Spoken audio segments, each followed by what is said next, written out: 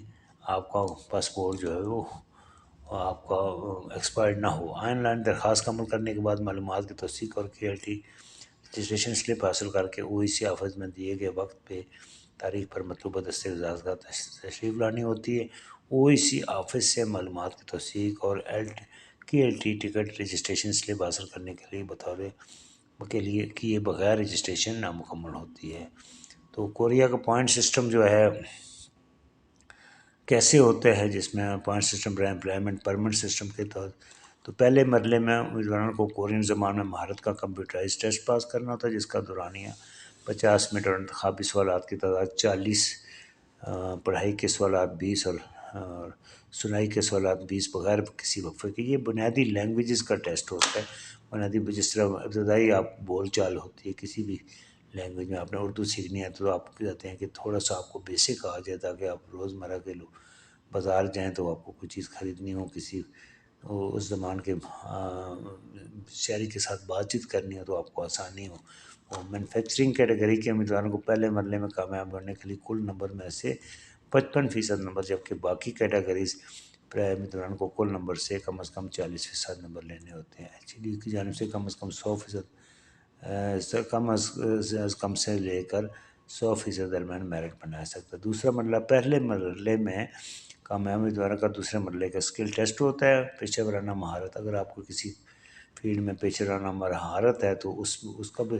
Test ہوتا ہے، جس میں جسمانی طاقت کی جانچ، انٹرویو اور بنیادی مہارت تشخیص ہوتا ہے۔ وہاں پہ مختلف قسم کی جابز ہیں۔ ایک تو یہ ہے کہ آپ سمپل مینوفیکچرنگ انڈسٹریز میں جا سکتے ہیں، پیکنگ کا کام ہے، ہارڈ ورکنگ کا کام ہے، لیبر کا کام ہے۔ اس میں آپ کو جب آپ یہ ٹیسٹ پاس کر جاتے ہیں تو کورین اپنے ویب سائٹ پہ آپ کی ڈیٹیلز آ جاتی ہے کہ یہ ہم نے سلیکٹ کیے تو کینڈیڈیٹ، تو وہاں سے کمپنیز آپ کو خود رابطہ کر لیتی ہیں اور وہ سارا آپ کو پروسیس کرتے ہیں، جس کا ایک سسٹم ہوتا ہے، اور اس کے مطابق آپ کو 4 سال کا ویزا دیا جاتا ہے، اور اس میں مکمل پروسیس جو ہوتا ہے وہ تھرو اوورسیز امپلائمنٹ کارپوریشن کے ذریعے ہی ہوتا ہے۔ اور اس کے لیے یہ ہے کہ آپ نے کسی بھی اوورسیز امپلائمنٹ کارپوریشن کے نمائندے کو یا جو دوسرے باہر ایجنٹ بیٹھے ہیں تو کسی کو 1 روپیہ بھی دینے کی ضرورت نہیں ہے، نہ ہی وہ ذمہ دار ہوتے ہیں کہ آپ کا ویزا لگا دیں۔ آپ نے سمپلی اوورسیز امپلائمنٹ کارپوریشن اور کورین گورنمنٹ کے ہدایت کے مطابق جو ہے وہ اپلائی کرنا ہے اور اسی پروسیس کو فالو کرنا ہے۔ کسی کو ڈائریکٹلی کسی شخص کے ساتھ ڈیل نہیں کرنے کے آپ میرا ویزا لگوا دیں گے، ورک ویزا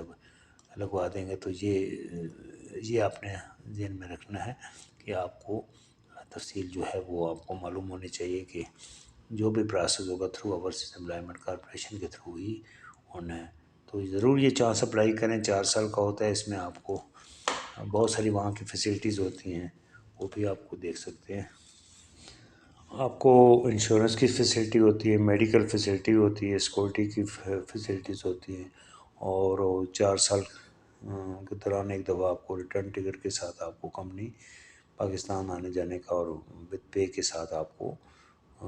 جو ہے وہ فیسلٹیز دیتی ہے کہ آپ پاکستان سے جو آپ کو چھٹی پہ بھیجا جاتا ہے۔